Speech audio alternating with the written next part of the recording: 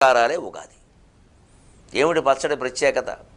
తీపి, కారం, చేదు, వగరు, ఉప్పు, పులుపు 6 రుచుల పచ్చడి చేస్తారు. గమనించండి, ఈ పచ్చడి అన్నంలో తినేది కాదు, దీన్ని కలుపుకోరు, కేవలం ఊరికే సేవిస్తారు. ఇది మళ్ళీ దైవ ప్రసాదం కూడా కాదు. ఉగాదికి దేవుడు లేడు, కాలపురుషుడు.